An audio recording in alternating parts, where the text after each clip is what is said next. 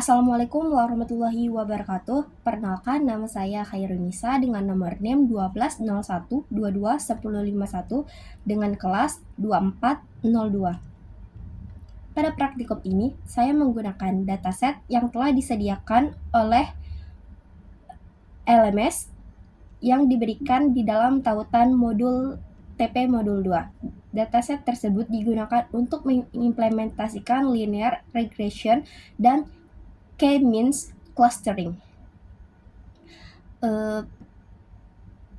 Adapun perbedaan linear regression dan K-means, yakni linear regression termasuk supervised learning karena menggunakan data yang memiliki target atau label untuk melakukan prediksi nilai numerik, sedangkan K-means clustering yang termasuk unsupervised learning karena tidak menggunakan label dan bertujuan mengelompokkan data berdasarkan kemiripan dan karakteristik. Selanjutnya, di sini saya melakukan codingan untuk soal nomor 3. Pada tahap ini, saya melakukan pemilihan fitur atau variabel terutama untuk diinisiasikan, seperti X dan Y.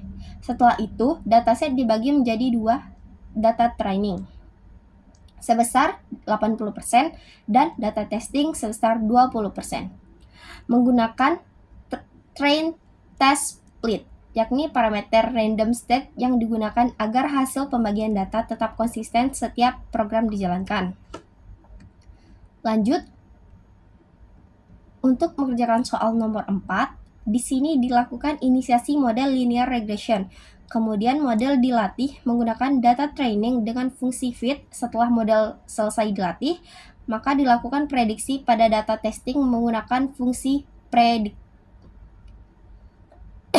Lanjut, pada soal nomor 5, koefisien menunjukkan seberapa besar pengaruh variabel di input terhadap target, sedangkan intercept merupakan nilai prediksi ketika seluruh variabel input bernilai 0 dari hasil model, maka koefisien positif menunjukkan hubungan searah, sedangkan koefisien negatif menunjukkan hubungan yang berlawanan. Selanjutnya, untuk soal nomor 6, mean square error atau biasa kita sebut MSE digunakan untuk mengukur rata-rata error kuadrat antara nilai aktual dan hasil prediksi. Semakin kecil nilai MSE, maka model semakin baik. Sedangkan R-square digunakan untuk menilai seberapa baik model menjelaskan variasi data. Nilai yang mendekati 1 menunjukkan performa model yang baik. Selanjutnya, pada soal nomor 7, elbow method itu digunakan untuk menentukan jumlah klaster optimal pada algoritma K-means. Metode ini dilakukan dengan mencoba beberapa nilai K untuk melihat grafik penurunan. Lalu di situ titik siku atau L-board pada grafik menjadi indikator jumlah klaster terbaik. Pada tahap ke-8, kita implementasi K-means clustering. Pada tahap ini, clustering dipilih fitur yang akan digunakan untuk mengelompokkan data. Kemudian ditentukan jumlah cluster atau K-nya. Misalnya, di sini saya contohkan sebanyak 3 cluster. Setelah model K-means-nya diinisiasikan, model dilatih menggunakan fungsi fit dan menghasilkan label cluster pada setiap data.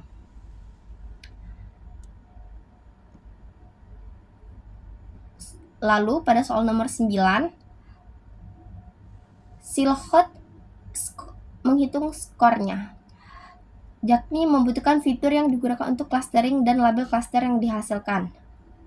Silhouette skor ini digunakan untuk mengevaluasi kualitas hasil clustering, yakni nilai yang mendekati 1 menunjukkan cluster yang terpisah dengan baik, sedangkan nilai mendekati 0 menunjukkan cluster saling tumpang tindih, sehingga nilai negatif menunjukkan adanya pengelompokan data. Selanjutnya soal nomor 10 mengenai Adjust Range Index atau ARI. adalah metode evaluasi clustering yang membandingkan hasil cluster model dengan label asli data. Nilai hari ini mendekati 1 menunjukkan hasil clustering sangat baik. Metode ini biasa digunakan ketika dataset memiliki label ground truth sebagai pembandingnya. Selanjutnya mengenai overfitting dan underfitting. Nomor 11, overfitting terjadi ketika model terlalu menghafal data training sehingga performanya sangat baik pada training namun buruk pada testing. Sedangkan underfitting terjadi ketika model terlalu sederhana sehingga gagal mempelajari pola data baik pada training maupun testing. Sekian, terima kasih. Wassalamualaikum warahmatullahi wabarakatuh.